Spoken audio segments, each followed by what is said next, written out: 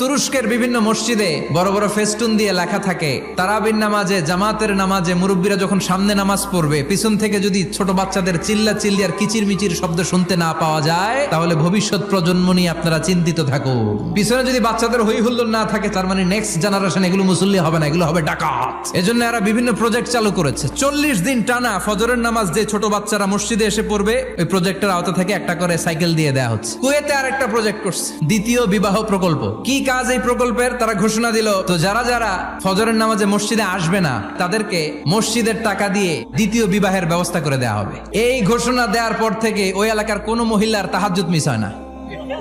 ফজর তো অনেক দূরে, তাহাজ্জুদের সময় থেকে হাজবেন্ডে ডাকা শুরু করে, মসজিদে যাও। অনেক দেশে তারাবি পড়েছি রামাদানে, ছোট বাচ্চারা পিছনে অনেক কিচির মিচির করে, হঠাৎ অ্যানাউন্সমেন্ট দেয়, বাবা মারা ছেলে মেয়েদেরকে শান্ত করেন। কিছুক্ষণ শান্ত, 2 রাকাত পরে আবার চিল্লাচিল্লি। এজন্য ছোট বাচ্চাদেরকে মসজিদ থেকে তাড়িয়ে দেওয়া যাবে, এদেরকেও